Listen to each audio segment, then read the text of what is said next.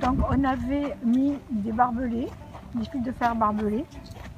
Et les premiers arrivés, comme mon père, faisaient des trous, huecos, dans le sable. Ils y mettaient une couverture et ils dormaient à même le sable. C'est-à-dire que leur dos touchait l'humidité de l'eau de mer et se recouvrait jusqu'à ne laisser dépasser que le nez pour pouvoir respirer. Parce qu'en hiver, il y avait beaucoup de vent, il y avait la tramontane, il y avait la neige du Canigou, il faisait très froid et il fallait se protéger comme on voulait. Par la suite furent construites des baraques que les Espagnols eux-mêmes construisirent. On leur a apporté les fournitures, le bois, et furent construites sur cet espace.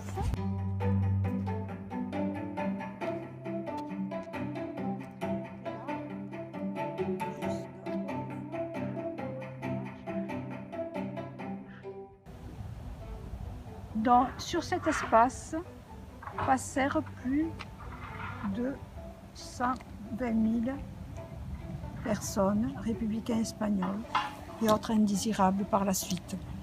Donc comment ne peut pas appeler ceci un camp de concentration? Ça me dépasse. Voir autant de monde dans un cercle fermé comme ceci, on ne peut pas dire que ce n'est pas un camp de concentration. La seule issue qui était libre, c'était la mer. Et c'est dans cette mer que se sont noyées maintes et maintes personnes, se sont suicidées. C'est dans cette mer qu'on allait faire ses besoins. C'est dans cette mer qui était l'horizon, le seul horizon.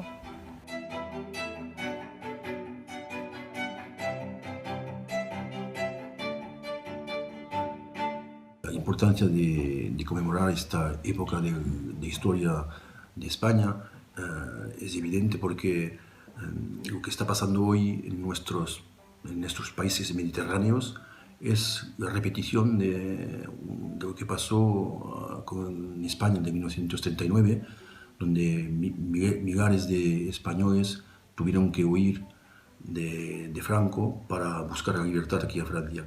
Y lo que está pasando hoy en nuestros países mediterráneos es muy parecido, porque la gente, los hombres y las mujeres que se van de su país no se van con gusto. Nadie nunca se va con gusto de su país. Cada uno se va porque está obligado y van buscando también la vida, van buscando la libertad. Y si no nos acordamos de lo que pasó en el 1979, no podemos comprender lo que está pasando hoy.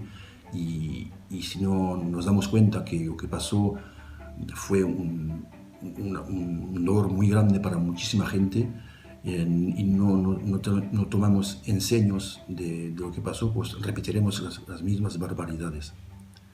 Así que esta importancia es muy grande para que los jóvenes comprendan la historia, comprendan lo que se pasó y poder tomar las decisiones mejores ahora, para el futuro.